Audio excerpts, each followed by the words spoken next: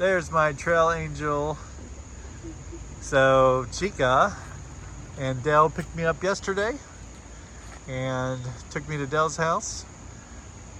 And it was good seeing you. It was good seeing you, babe. And now we're back at Thunder Rock on the Ocoee River. And I am about to head out.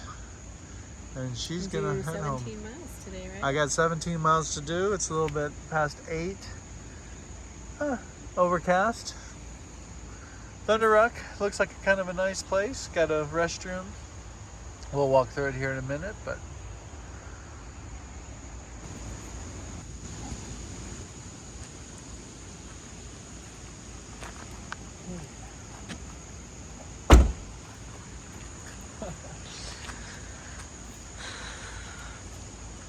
Hope you have a good day, honey. here we go. Greg is 13 pounds down. He's been sweating it out. Yeah, pound a day. Pound a day. You've been out here for 13 days? Today's day 14. Wow. And how many miles do you have left? 107. So we'll get those done in the next 6 days. And Dale is going to bring you a food drop on day 3. Day 3, food drop, and then 3 more days to hit Springer Mountain. And you've really been pretty spoiled by Dale and Sue. Oh my God. They've been taking care of you. Dale and Sue are trail angels for sure. And you have blueberry pancakes this morning. Yeah, Sue's an excellent cook, and she cooked us a rice dish last night, had burrito type things, and then blueberry pancakes to start. Oh, and you have a little banana bread treat this morning too. Yes, Don't forget about that. I am not eating, at least off trail. So it's been a very hard trail, but it's been a good challenge. Very hard climbs and a lot of hard climbs and especially declines. in the beginning. Yeah. Now that I think we're in Georgia now, it's starting to mellow out a bit. Overgrowth has certainly mellowed out, and it's quite pleasant. So, I'm gonna talk about forever. The trail's broken up. I have it broken up into 3 sections. There's kind of the Smoky section, then the middle section, and then the Georgia section. We're in the last third now, and the first 2/3 were pretty challenging. Okay. That's all. I stopped talking now. Beautiful start to this morning. Just talked to a really nice couple in their Belgian Malinois at the campground. They were asking all about the trail and how far I was going. Oh man, I tell you, in this sweltering heat, after 4 or 5 days of being wet with sweat all day long, a shower just makes you feel like $1,000,000. It renews you and gives you wings. Red Bull doesn't give you wings, a shower does.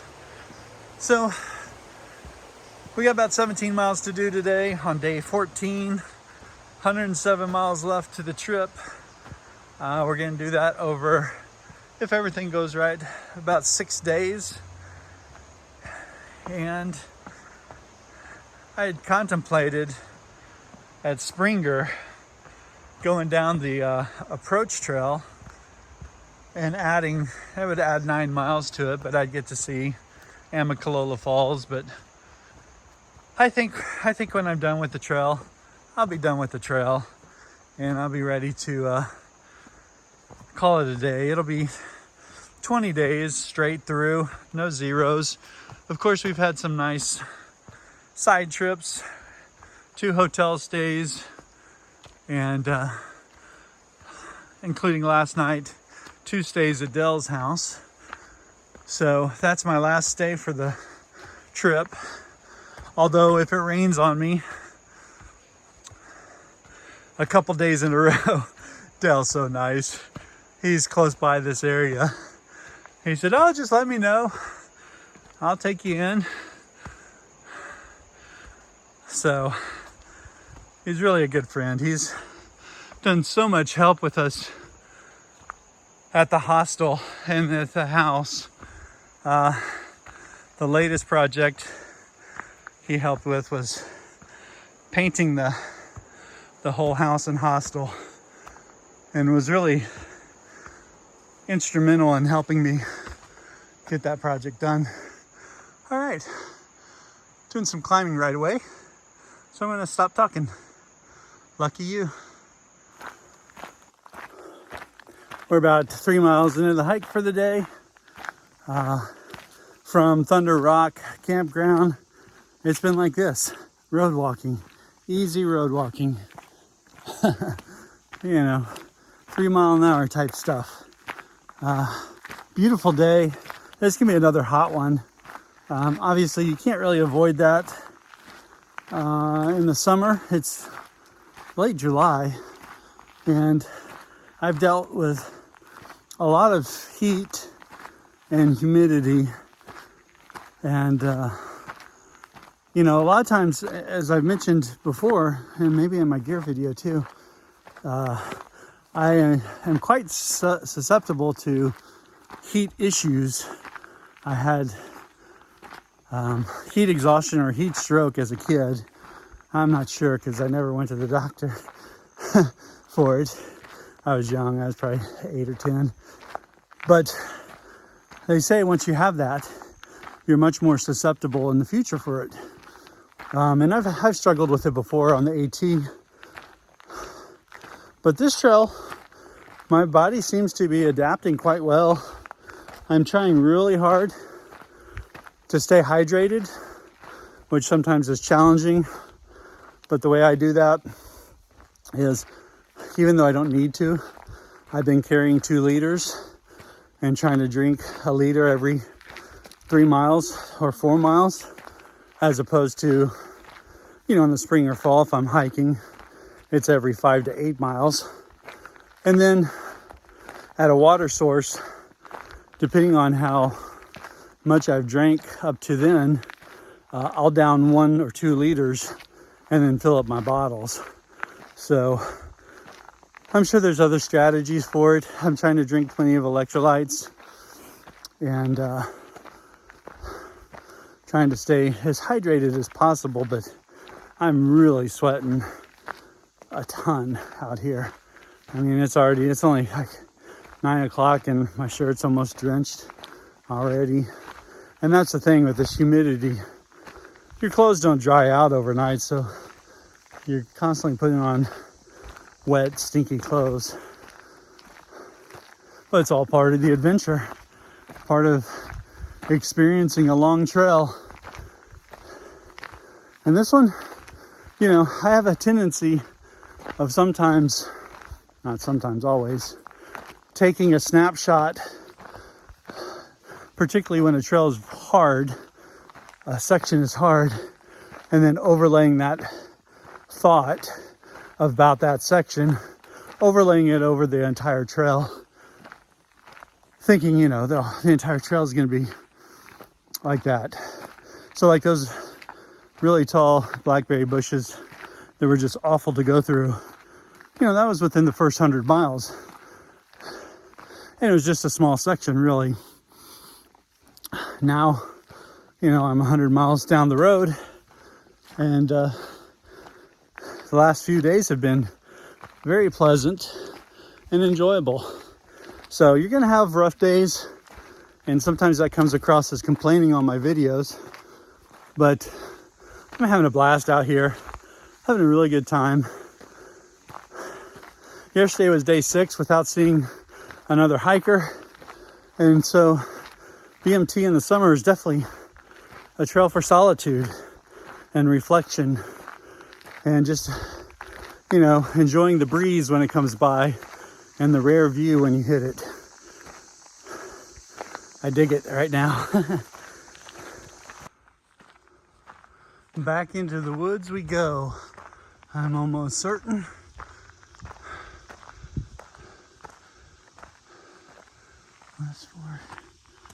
Let's see. Huh? No?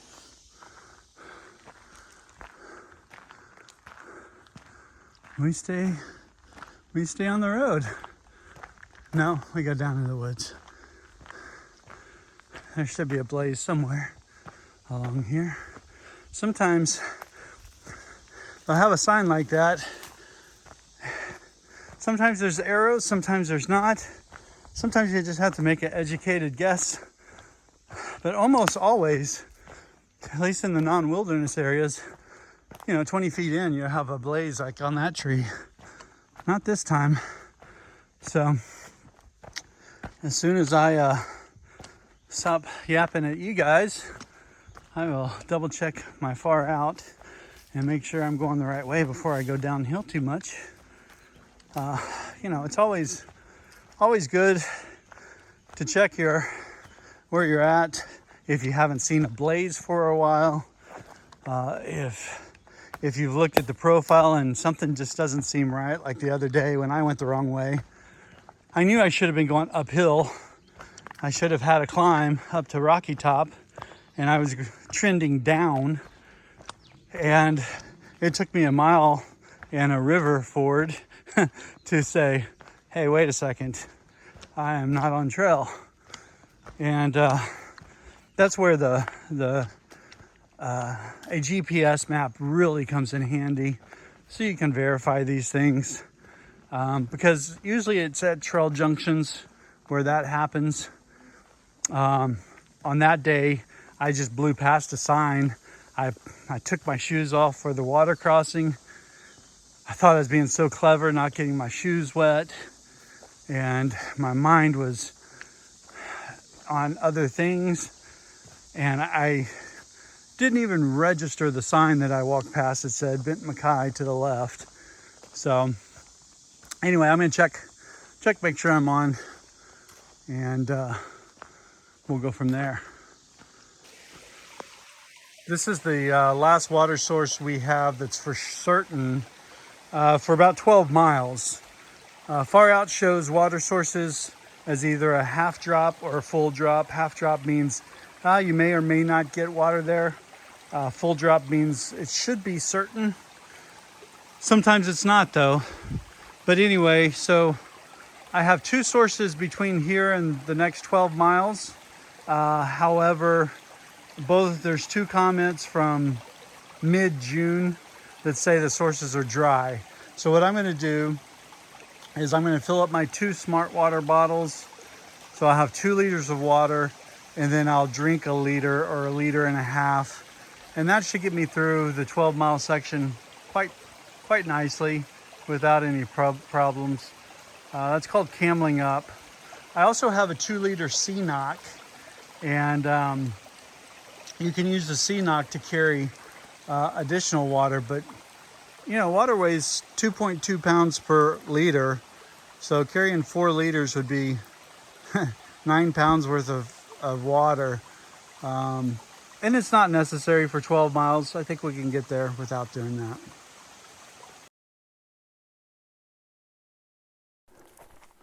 So we were going uphill for about 3 miles. It was gradual with a footbed just like this. So very nice, more like the Appalachian Trail a little bit than what we've experienced on this trail in the past. It's nice to have the ups be not so severe and so grueling, but you never know what's ahead. You can look at the profile all you want, and even a contour map, and you just don't know really what kind of terrain you're going to experience. So it makes figuring out your mileage for the days early. Typically what Chica and I have done in the past is we have like a stretch goal, just a kind of everyday average goal, and then oh shit, this is hard bail out point. And that's worked for us in the past. There's very few stealth sites along this path and very few campsites. So it's harder to to try to have that. So I've been trying to have 2 points. One stretch, one what I really want to accomplish. And if I have to pull up short, I just have to grunt it out. And I don't pull up short. So it's a beautiful day.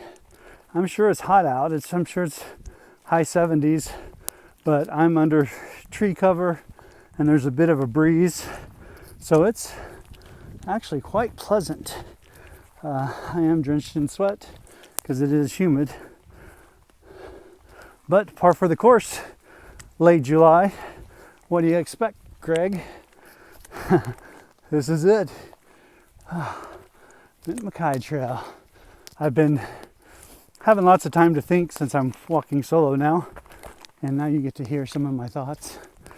I was thinking about doing kind of a intro to through hiking at the hostel, offering that as a class or kind of a long-term before you do the AT deal.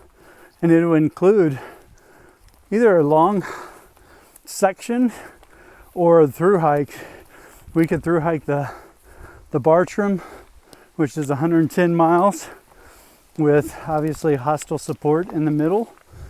We could do the first 110 miles of the AT, which there's hostel support all along the way at above the clouds and around the bend, and then end at Winding Stair Gap at our hostel, near our hostel.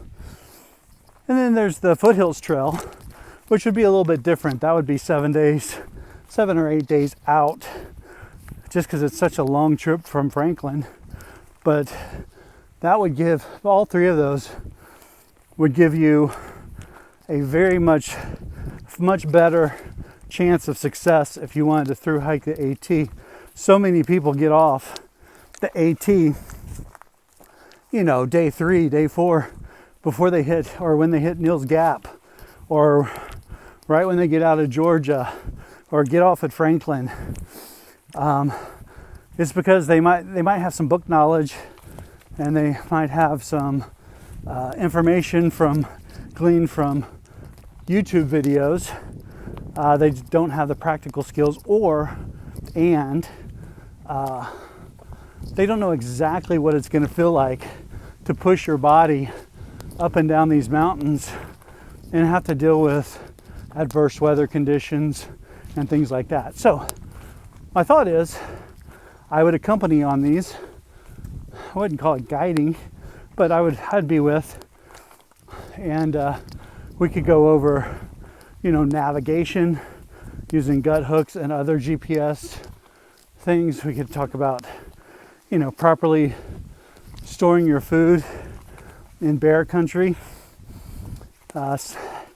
site selection for campsites,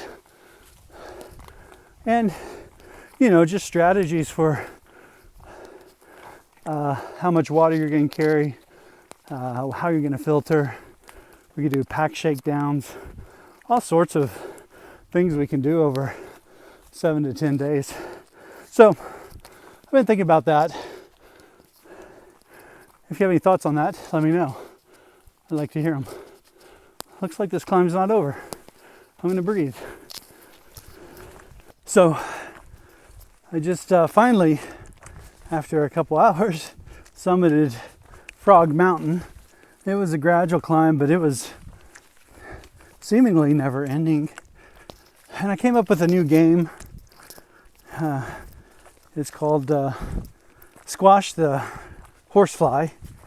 I don't know if it's a horsefly or deer fly, but they're big old suckers. And they go from calf to calf, flittering about until they land, and then they start sucking your blood. I guess if they went from calf to calf, they would be cow flies, not horse flies. But anyway, so whenever I first started, and I looked quite silly, started swishing a trekking pole behind my legs, because they're always on the back, and you can just feel them. They'll bump up against your calf, and then do the next one until they find a soft spot, and they're gonna sink their teeth into you. So I was swishing when I'd feel that, I was swishing my trekking pole back and forth, and then my front trekking pole I had held out like the aforementioned unicorn, and to keep me from being ensconced in webs. So now my new strategy is game. I like to kill these suckers. So to kill them, you have to stop and you have to kind of sacrifice your body, because once they get settled on the leg, they're about to sink their teeth into you. The key is to pop them right then, and you'll kill them, and then you're horsefly free for another 10 or 15 minutes till the next one finds you. At least they don't roam in packs like mosquitoes do. They're kind of solitary creatures. So, more than you wanted to know about horseflies.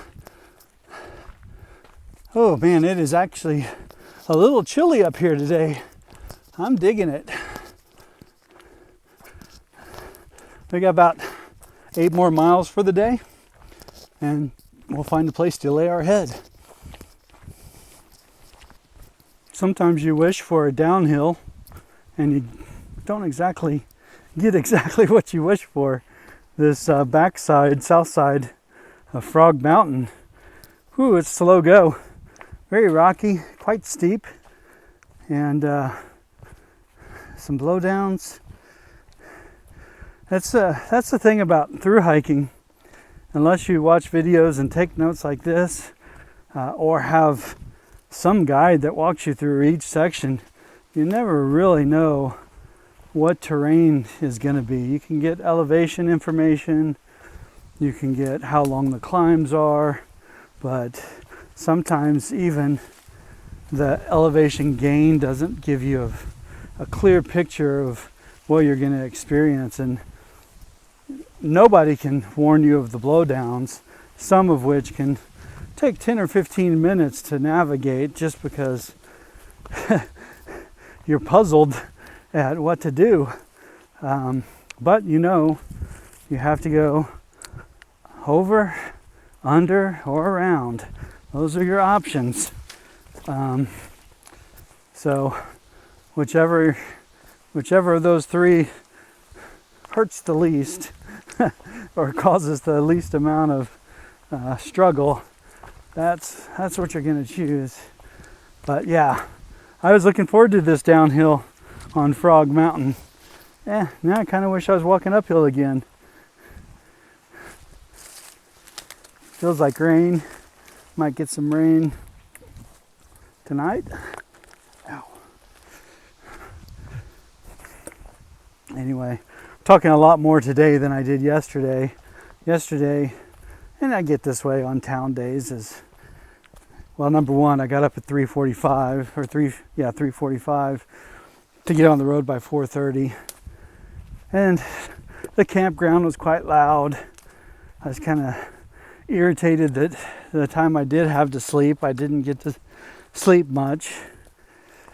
And but then I got the pull of a shower and seeing my wife and getting to see Dell and Sue again, and getting clean with laundry. So I just head down, phone up. I did not film hardly at all yesterday, and I booked it. So today, you're getting a double dose of Greg talk.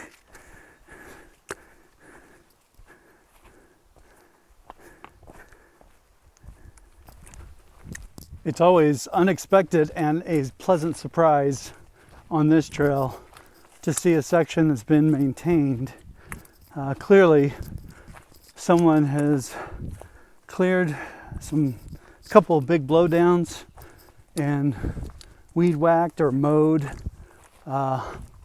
quite a long stretch here. And man, it's unexpected and it is very much appreciated. It's not super overgrown here anyway, but you do have a higher tendency to have ticks and scratches on your legs with the higher grass and brambles and such. But man, what a unexpected surprise to see a big swath of trail cleared out. It's such a labor of love. People who dedicate hours and hours to trail maintenance, and all the trails need it. Today is going exceptionally well, very fast. The terrain has been great overall. A couple of tough uphills, but right now it's very fast. Hiker highway type walking. Last 2 miles I've been going 3 miles an hour, which is very fast for me, but I don't feel rushed or like I'm putting too much of a burden on my system. It's just the pace I'm going because the terrain and the elevation allows it. So all that to say, I'm probably going to push on a couple miles today. The campsite I originally had at 17 Mile Day has a water source, but it's on the trail 0.3 down the trail away from camp. So I'm going to walk that 0.3 and then 0.3 back anyway. So that's half a mile. The next camp up is 2 miles away, and it has water there. So the balance is going to be 1.5 extra miles. So, that's 45 minutes, or, not even that. If it's 30 minutes, if the trail remains the same as this. So I'm definitely going to do that. And then tonight, I'm really going to look over the next 2 days, because we have planned to have Dell meet me with a resupply, not tomorrow, but the next day in a church parking lot on a road walk that I'll need to do. But if the trail remains like this, I think a 20-mile day would be pretty easy. And if I can roll a couple of those back to back, it'll leave me, I can finish a day early and still have a pretty short day down into Springer parking lot. So that's what I've been thinking about while I'm walking, is how I'm going to work that out. And that's where a guidebook or Far Out really comes in handy, because you're constantly looking at where you can camp, where you can't camp, where you can get water, and in this case, roads where Dell can come bring me some food. So anyway, that'll probably be all for today. I might show you the campsite once I get there, and then we'll talk again tomorrow. Ciao.